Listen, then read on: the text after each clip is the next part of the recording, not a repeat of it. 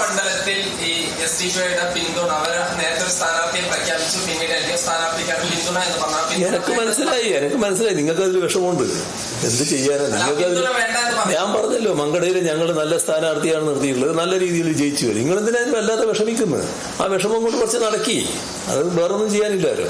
പ്രയാസം മനസ്സിലാവും, എല്ലാവർക്കും മനസ്സിലാകുന്നുണ്ട്. എല്ലാവർക്കും നിങ്ങളെ വിഷമം മനസ്സിലാകുന്നുണ്ട്. നിങ്ങളെ വിഷമം മനസ്സിലാക്കാൻ എല്ലാവർക്കും കഴിയല്ലോ. VD സതീശൻ അടക്കം പറയുന്നത് തൃശ്ശൂർ പൂരം അടക്കമുള്ള കാര്യങ്ങളെല്ലാം കലക്കിയത് മുഖ്യമന്ത്രിയാണ് എന്ന ആരോപണം. അതാ ഞാൻ പറഞ്ഞത്, എന്തും വിളിച്ചു പറയാൻ എല്ലില്ലാത്ത നാക്ക് ഉണ്ട് എന്നുള്ളത് കൊണ്ട് അതിനൊന്ന് എല്ലാറ്റിനും മറുപടി പറയാൻ ആർക്ക് സാധിക്കും? പക്ഷെ ഇതൊന്നും നാട്ടിൽ ചെലവാകാൻ പോകുന്നില്ല.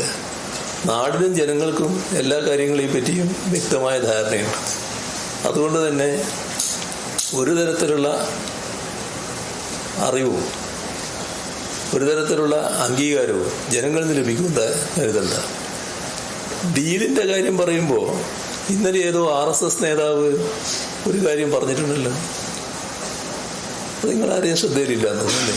ഒരു RSS നേതാവ് പറഞ്ഞൊരു കാര്യം, അത് ഇദ്ദേഹം തന്നെ 1-2 ഘട്ടങ്ങളിൽ RSSന്റെ സഹായം അഭ്യർത്ഥിച്ചിരുന്നു എന്നുള്ളത് ഒരു RSS നേതാവ് പരസ്യമായി പറഞ്ഞിട്ടുണ്ടല്ലോ. ആ ഗതികേടൊന്നും ഞങ്ങൾക്കൊരു കാര്യമില്ല കേട്ടോ. ഞങ്ങൾ അങ്ങനെയുള്ള ഒരു ഡീലിനുമില്ല. ഞങ്ങളെല്ലാം സുതാര്യമാണ്. ഒരു വർഗീയതയോടും ഞങ്ങൾക്ക് ബന്ധങ്ങൾ ഉണ്ടാകാറില്ല.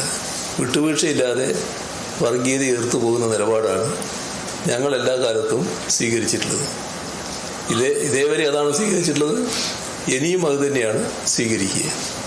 അപ്പോ തെറ്റായ രീതിയിൽ കാര്യങ്ങൾ അവതരിപ്പിക്കാൻ വേണ്ടിയാണ് ഈ പറയുന്ന ഡീൽ എന്ന് പറഞ്ഞുകൊണ്ടിരിക്കുന്നത്.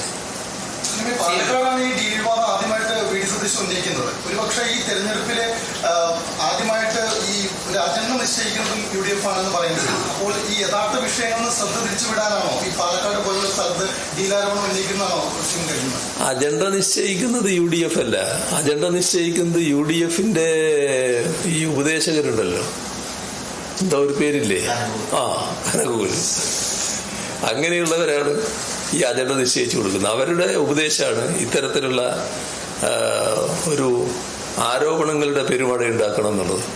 യഥാർത്ഥത്തിൽ ഈ പറയുന്ന ആരോപണങ്ങളൊക്കെ ഉന്നയിക്കാൻ നല്ല അവസരം അവർക്കുണ്ടായിരുന്നില്ലേ അസംബ്ലിയിൽ? ഈ കഴിഞ്ഞ അസംബ്ലി, നമ്മുടെ നിയമസഭാ സമ്മേളനം, ഈ